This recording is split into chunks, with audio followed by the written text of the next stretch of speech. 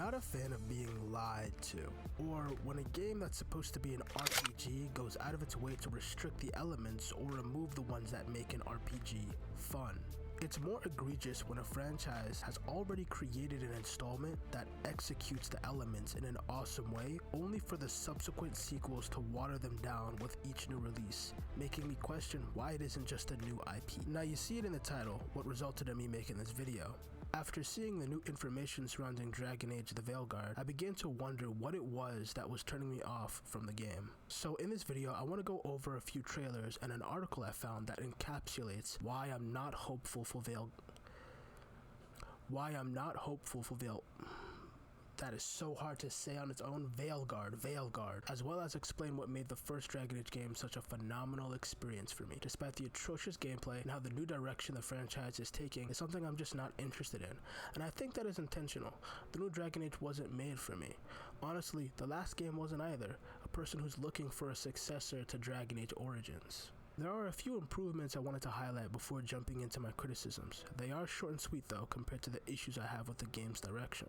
The general gameplay is a huge step up from the previous games. I always felt as though Dragon Age would be a better gameplay experience if they implemented a more free-flow experience within the combat, and here we are. I originally wasn't a fan of removing the ability to use companions, but if I'm being honest, I actually do think it's better this way. I barely used companions, and I used to be irritated by my companions having certain abilities my player couldn't use or access until I forced myself to play as them. So only having one playable character means they really put the focus on Rook. If it's revealed, however, that the companions still can have cool builds that you can't use on Rook, and now you can't play the companions either, then I take back this compliment. Also, the build system seems interesting. It seems like they're going for a Mass Effect Andromeda vibe with far more freedom in how Rook can be played compared to the other Dragon Age games, without going too far and removing specialization like they did in Andromeda. The idea of fighting the old gods and Darkspawn at the same time is also insane narrative-wise, so I would be lying if I didn't at least admit on paper that it sounds fire. On paper. I would be excited if the components I'm about to go into didn't take the significant enemy and make it seem like sunshine and rainbows to me. Seriously, the bright colors and oversaturation is out of this world. Why is everything glowing? I fail to understand how one could have a franchise that has been around for over 15 years and have no idea how to make a cinematic trailer the audience would like. That's how backwards the gaming industry has become. It used to be that the cinematic trailers were so damn cool it was impossible for it to be the final game, but people got hype anyways. Now, the cinematic trailers are having an identity crisis. A very strange decision on the marketing team's part for sure, and really killed any anticipation I may have had for the new installment to the Dragon Age series. After that, new articles and video content were being released pertaining to the game, but I held back until I saw an article when I tell you I legitimately lost any and all interest in even playing the game, I'm not lying at all. Even now, as I write this script and gather more info on the game, anything I find is either contributing to my lack of interest or has no positive or negative impact. Now, I hold the sentiment that one should not pre-order AAA games. They don't need your money prior to providing you with a product. They have millions. Look up some interesting indie projects that are in search of crowdfunding. They actually need your money so they can make the product. It's best to wait for a AAA game to come out and watch the thousands of videos that will be made and streamed the same day of release, and if you like what you see, then buy the game.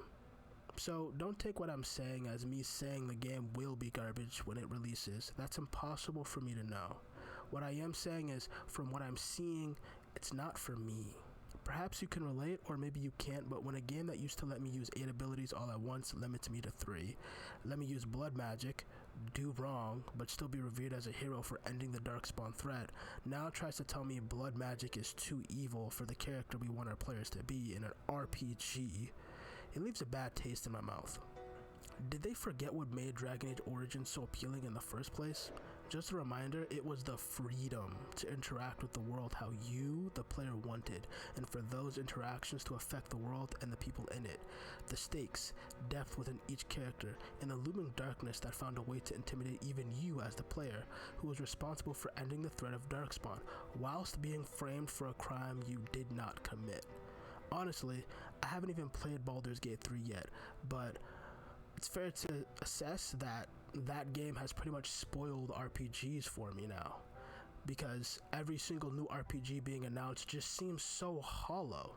And it's strange to me because it's not like these developers don't have the money or the time to make good games like Baldur's Gate 3.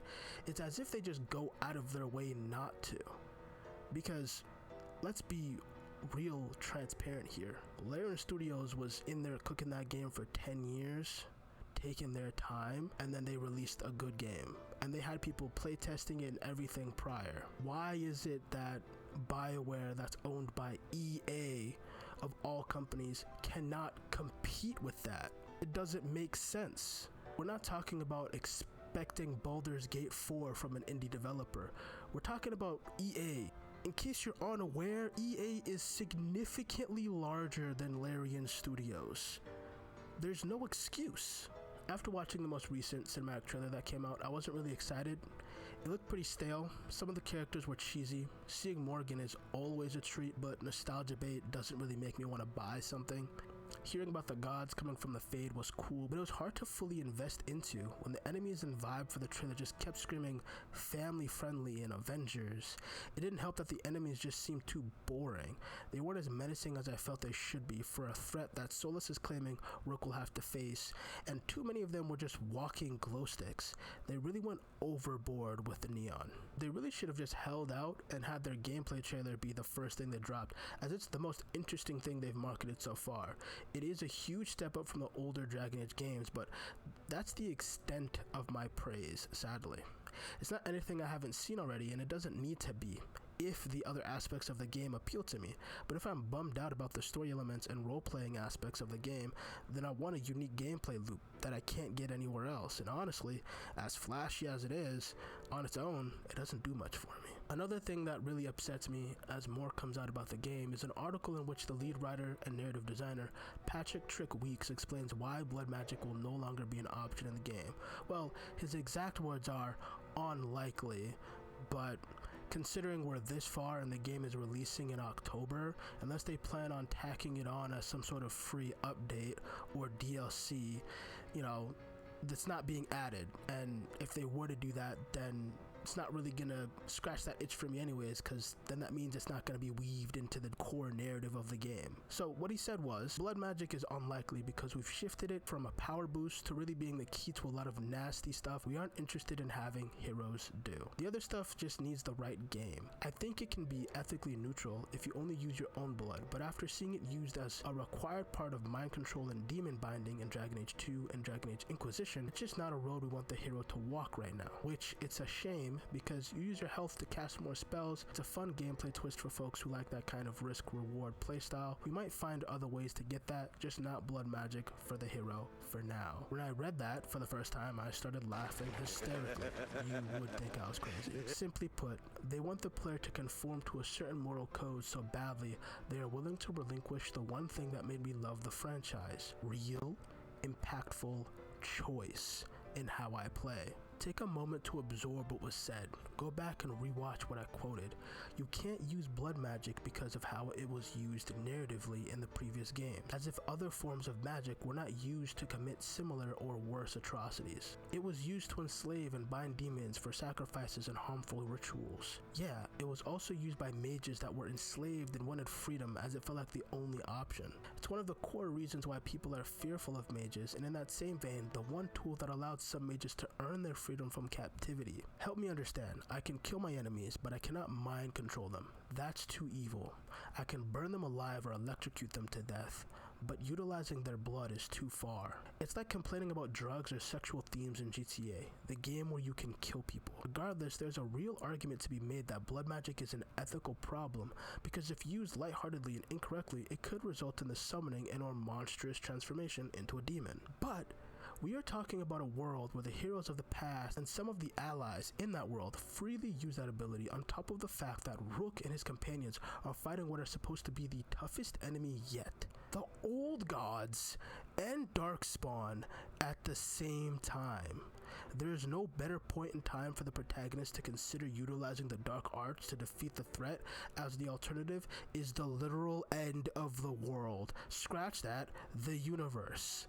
My real problem isn't that blood magic won't be in the game. It's the reason, because it's clear that the same reason blood magic won't be in the game is the same reason we won't be making any morally questionable decisions within the game, because that's not a path the writers want the heroes to go down. Restricting my ability to choose the ethics the rook I create has is a huge turnoff for me. How am I creating my character or role-playing if you decide something so important for me? I'm tired of being the cookie-cutter hero who only does the right thing the right way. Even in Mass Effect, with its more restrictive Paragon and Renegade system, you have the freedom to be compassionate or ruthless. And in my opinion, the best way to play the game is to not just pick one of them, but play around with both. Nonetheless, there were choices you could make that blurred the lines significantly. It's why I enjoyed Mass Effect so much and Dragon Age Origins.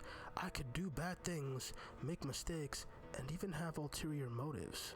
In Dragon Age Origins, my hero of Ferelden was no hero. He was a man that drowned himself in power and had an unquenchable thirst for more. He killed innocents and betrayed others, all in a quest to be the world's most powerful mage. His quest to stop the Darkspawn and slay the Archdemon was not of righteousness, but rather one to further his own goal, or at least that's how it started. Being in the circle of Magi added further to the foundation of his beliefs that my character had, that being weak was what kept him shackled, and that those who were tranquil were no stronger than ants by simply letting such a thing happen in the first place, despite the motivations of the Templar Order being to nullify mages they deemed too powerful. Being able to not only create but play as a character like this with little to nothing preventing me from making harsh, cold, and brutal decisions in line with how my character would behave wasn't the main reason why my playthrough of Dragon Age Origins was so memorable, but it was one of the main reasons why it was so immersive. Rather, it was that as I progressed through the game, I wasn't stuck with making only evil and wrong decisions. For example, Infamous. When you start going down the path of choosing good or evil, you kind of just stuck there. You can't really go back and forth because of the way the karma system is.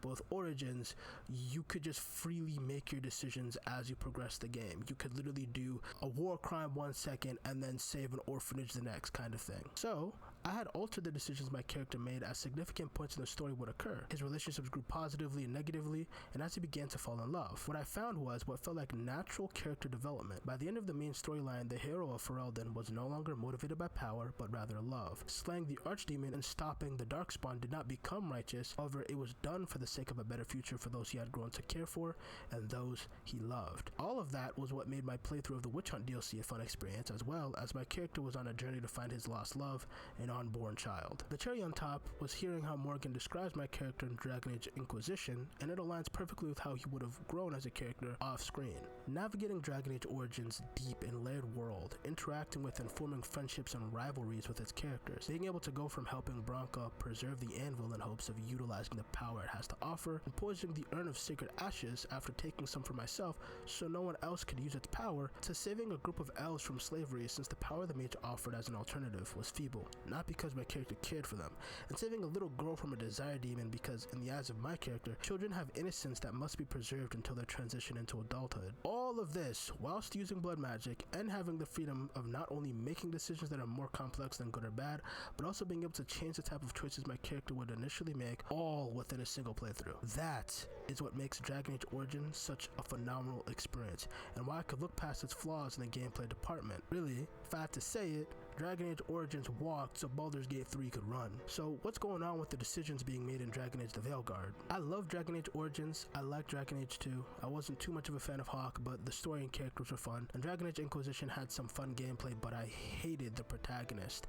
I can find some fun in every Dragon Age I've played this far, one way or another, but none of the installments since the first one have scratched that itch. I believe it has something to do with these two things. One is the developers are no longer interested in telling a story that can have too many branching paths, especially when they want to make multiple installments and link the stories together.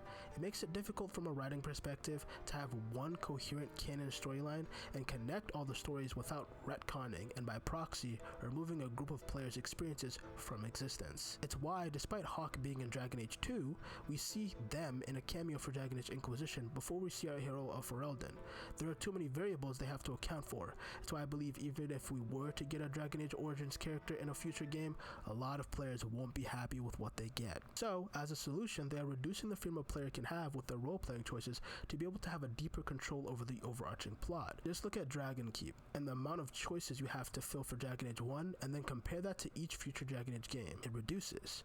Inquisition gave you the least amount of control over your protagonist's personality, so much so that they would display emotions in cutscenes without your input, straight ruining immersion. In my opinion, of all the Dragon Ages, Dragon Age Inquisition had one of the worst introductions, because the first time I played, I didn't understand how restrictive the roleplay aspect was, because I didn't play Dragon Age 2. I played Dragon Age Origins, and then jumped to Dragon Age Inquisition, because I couldn't get Dragon Age 2, and I really wanted to play Inquisition, only for me to be like, you know what, I'm gonna create a character that's gonna be evil, like I did in my Origins playthrough. And then the cutscene happens, and after I make my first dialogue choice where, you know, I'm trying to be all stoic and cool, my character starts pouting and making all sad eyes. Oh, I don't know what the mark in my hand is. It ruined my immersion so hard, and they do that a lot throughout the game. So based on what's been revealed about the game in Rook, I believe that is why they're restricting the player's ability to choose if they actually want to be a cookie cutter hero or not. They want you to be a hero, therefore you will be. As a bonus, I bet because of this, Rook will most likely have a cameo in the next Dragon Age game after Veilguard, if it's a success, that is. The other reason is the voice protagonist. Having a lot of unique and different choices throughout a AAA game is extremely difficult, and on top of that, being able to anticipate how the player expects the lines to be said for each of those distinct dialogue options is practically impossible. The only real way to achieve having the player enjoy that freedom is by making the character voiceless, and you choose through text. Considering that Rook has different voices to choose from, it's safe to say it would be even more difficult to replicate those lines and delivery for multiple voice actors that perform for the protagonist on top of that. So it can only work with a voiceless protagonist or an extremely large budget and time span, so much so that voiceless is just a far more logical decision. Mass Effect Andromeda did something similar where I can't even recall a single decision you make in the entire game having any real weight whatsoever, and I do believe watering down that aspect was intentional. They even had a dialogue wheel where you would more or less just say the same thing in a different tone with no real change to how the character you were speaking to would react. The only thing that made it worse was they didn't strip your freedom to give you a well-written character you could customize. They said no to both. Mass Effect Andromeda's character writing is definitely not something to replicate, but considering they're using similar skeletons is not a good sign in my book. But the way Varric is glazing in the trailers, maybe even if the roleplay aspect is an illusion, they will at least give Rook some baseline personality. Anything is better than the Pathfinder and Inquisitor, honestly, but considering how long this game has been in development, I must say the writing revealed in the marketing thus far leaves much to be desired. In all honesty, I really haven't been as invested in Dragon Age since Dragon Age 2, so I'm not all that down in the dumps about the Veilguard not appealing to me. But what does worry me is if after all the criticism they received from Inquisition, this is their homage to the fans, then Mass Effect 4 is most likely cooked. I could live with Dragon Age not being for me, but don't bring Shepard back from the dead again, most likely destroy the story and rewrite significant aspects of it in order to have continuity, only to make some trash. Like, just let it be at that point. It's as I say for most videos like this, I only say this to share my opinion, and I really want to be wrong. I want this video to age poorly like milk. I want someone on my friends list to catch me lacking in playing this new Dragon Age game, but so far I'm probably not even going to notice when it's released. If you agree or disagree, let's chat in the comments, and if you want to see another video about games that aren't made for me, check out this video on Dustborn and some other games that are obsessed with DEI.